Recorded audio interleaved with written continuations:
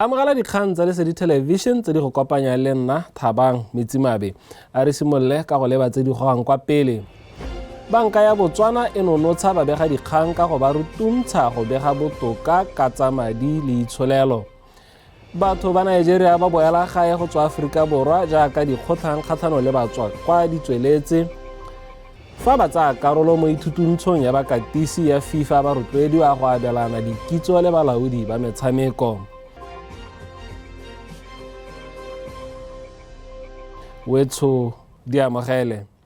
Banka e tona ya Botswana e sa tswa go tshwara thulaganyo ya go rutuntsha babega dikgang e maikaelelo a yone e neng e le go nonotsha bokgoni jwa babega dikgang jwa go bega ka tlhomamo ka tsa merero ya madi le itsholelo tse di bopang tlhabololo ya lefatshe.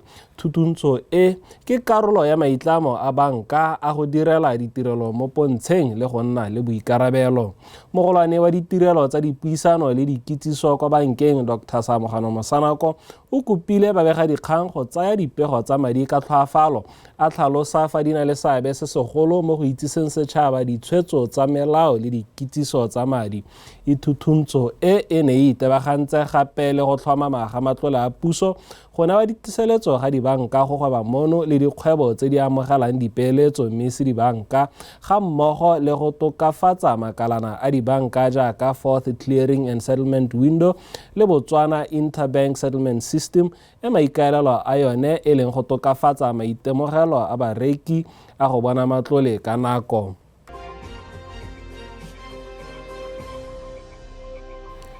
Fa re tswelela borre ba rotloeditswe go tlhaloganya ka fa kgodiso ya bone le maitemogelo a botshelo di amang dikamano tsa botsalano le lenyalo ka teng.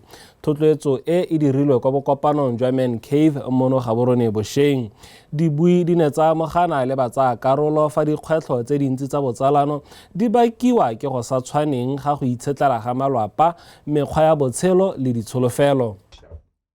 Dibui di ne di a tswelela ka go tlhalosa fa mathata le mantsi mo manyalong a simolola mo go farologaneng ga malapa le tsela e batsalani ba godisitsweng ka yone.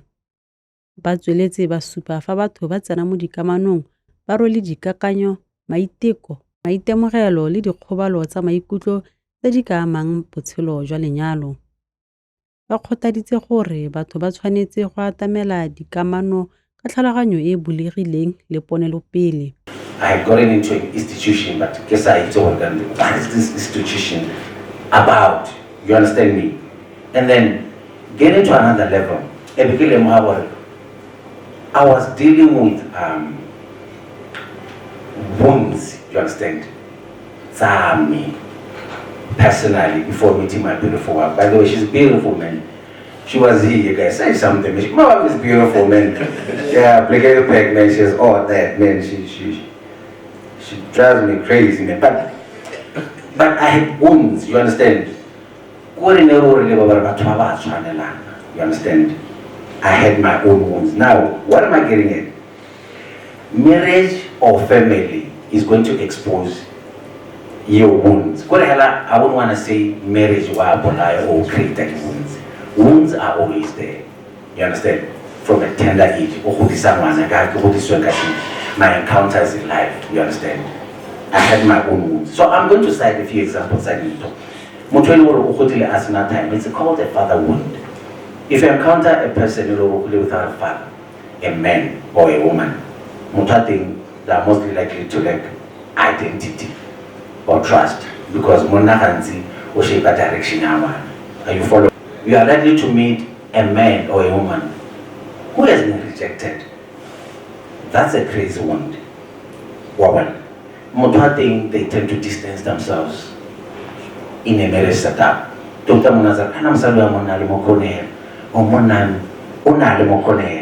that. Or other people have been rejected. They seem to be like control freaks. If you are a control freak, I know you know if a woman is a control freak, you know how that feels like. You understand? Babui ba supile fa go tlhaloganya maitemogelo a motho go ka thusa go aga manyalo a nonofileng le malwapa a itekanetseng. Toropo ya Francistown e ne a tshwaya letsatsi la mafatshefatshe la pabalesego ya dijo ka letsholo la go tsibosa kwa lefelong la maemelo a dipalamo tsa setšhaba kwa barekisi ba mo mekgwatheng ba neng ba rutwa ka pabalesego ya dijo le go kwala dijo sentle.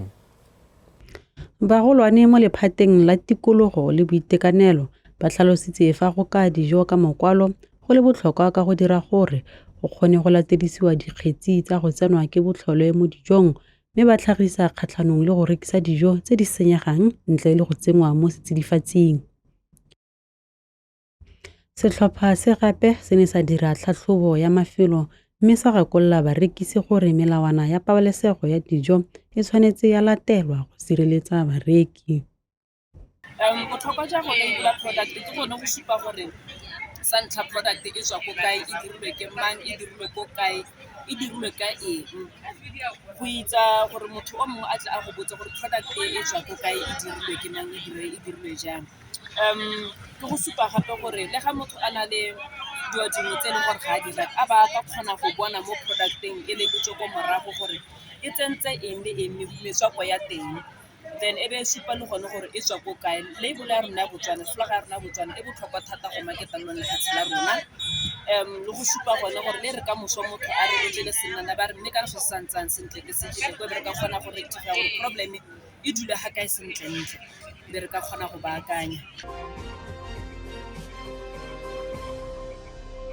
Fa re le batsa mafatshe a sele, batho ba Nigeria ba simolotse go boela gae go tswa kwa lefatshe la Aforika Borwa ka la boraro fa dikgotlhang di ntse di golela pele kgatlhanong le batswakwa.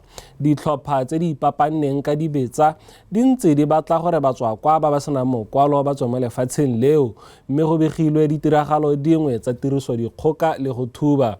Moemedi kakaretso wa Nigeria Ninikwa Okiuche o umakile matshwenyego a pabalesego jaaka lebaka le legolo la go busetsa batho ba Nigeria gae fa moagi wa Nigeria Ona Charles a tlhalositse fa dingwaga tse di 14 tsa di ntseng kwa lefatshe la Aforika Borwa di ne di le kotsi. Batswakwa ba ba buseditsweng kwa mafatsheng a bone ba tla thibelwa go boela Aforika Borwa dingwaga di ka nna 5 go ya ka molao wa taolo mesepele ya go tswa le go tsena ga batho kwa Aforika Borwa. Go tlhoka mebereko mo go kwa godimo go tlhotlheleditse go tenega ga baagi ba lefatshe leo ka maAforika Borwa mangwe a pega batswa kwa molato wa go ba tseela ditiro le go gatelela ditirelo tsa setšhaba. Fa re le batsa metshameko, ba tsaya karolo mo thutong ya tlhabololo ya barutisi ya FIFA e sa tswang go ediwa. Ba rotloeditswe go dirisa kitso le bokgoni jo ba bone mo katisong ya malatsi a 5 e ba ntseng ba le mo go yone le go e abelana le balaola metshameko go rala lefatshe. Thuto e neng e eteletswe pele ke Mohamed Hussein Ali go tswa kwa Djibouti le Ladies lengwe go tswa mo lekgotleng la FIFA e bopa bontlhabongwe jwa maitlamo a mokgatlho wa kgwele ya dinao wa Botswana jwa go nonotsha thuto ya balaola metshameko le go tlhatlosa maemo a go laola metshameko go rala lefatshe leno. Wherever we are, it's very important that we come here to learn, to refresh ourselves and go back and implement. We can think that we are coming to the end of our course, but this is the beginning. We are here to get what we get and go back and implement from today as we think it's ending, but we are to go back and implement, work hard, as the end of the season is the beginning of another season. With those words, thank you so much.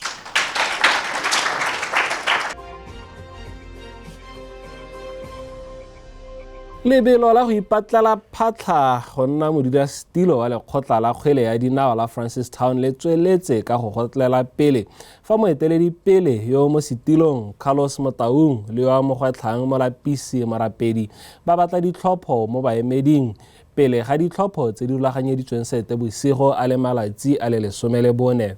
Morapedi o supile fa letsholo la gagwe la Rise and Restore le ikaelela go aga sešwa dipopego tsa kgwele ya dinao ka go tokafatsa kitletso, mananeo a tlhabololo ya bašwa le basadi le go fitlhelela dikago tse di botoka tsa metshameko. Go sa le jalo, Motaung o kopile batlhophi go tshegetsa tsweletso a nopola diphitlhelelo mo pakeng ya gagwe go fitlha jaana go akaretsa le go tshegetsa leki ka madi, katiso ya batsamaisi le tshegetso ya mafaratlhatlha. Bontlhopheng bao ka bobedi ba tlhalositse fa ba itlamile go godisa kgwele ya dinao kgaolong eo. People should vote for me so that we change the current setup. We are talking about transparency, we are talking about inclusiveness, openness, stakeholder engagement, really more to develop If voted back into office, my intention is now to build more business partnerships, to reduce the burden of getting resources from the government, and now partnering with the private sector, because we can see the government is financially bleeding. And I've said, there's an issue of school sports. There is the BFA Impact Program, of which I fought, and I'm one of the people who fought for that program to be in place as the block rep. Start the primary school leagues within the regions.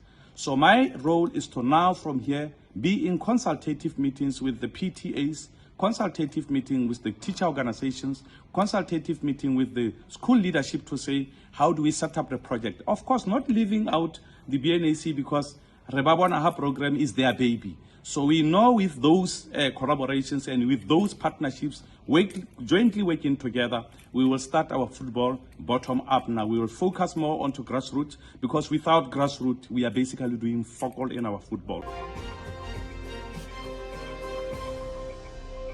Batlhophi ba tla tsena mo ditlhophong ka Seetebosigo a le 14 go tsaya tshwetso ya gore ke mang yo tla etelelang pele kgwele ya dinao ya toropo ya Francistown mo pakeng e latelang. Fa re tswelela, dikolo tse di ikemetseng ka nosi di tsweletse ka go gatelela botlhokwa jwa metshameko mo kgolong ya bana, ntswa go na le dingwaga tsa kgoreletsego tsa metshameko ya dikolo mo dikolong tsa puso. Sekolo se se botlana se se ikemetseng ka nosi sa Mophato mo bekeng e se ne sa tshwara dikgaisano tsa mabelo. Dibui di ne di a tswelela ka go tlhalosa fa mathata le mantsi mo manyalong a simolola mo go farologaneng ga malapa le tsela e batsalani ba godisitsweng ka yone. Ba supile fa batho ba tsena mo dikamanong ba rwele dikakanyo, maitemogelo le dikgobalo tsa maikutlo tse di ka amang botshelo jwa lenyalo. Ba kgothaditse gore batho ba tshwanetse go atamela dikamano ka tlhaloganyo e e bulegileng le bopelotelele. Babui ba supile fa go tlhaloganya maitemogelo a motho go ka thusa go aga manyalo a nonofileng le malapa a itekanetseng. We are currently doing our athletics inter-houses, that is within the school, different houses. We've got 3 houses. We are preparing for the inter-school competitions, which are coming in July. For those inter-school, we'll be competing with other schools. We have not stopped any form of sports, be it athletics or ball sports, because the development of a child has to be holistic. It's academically, it's spiritually, it's mentally, and it's physically. And the physical part of it actually plays a major role in all other aspects of a child's growth. We have also seen the importance of athletics in the form that athletics or sports in general is a form of living.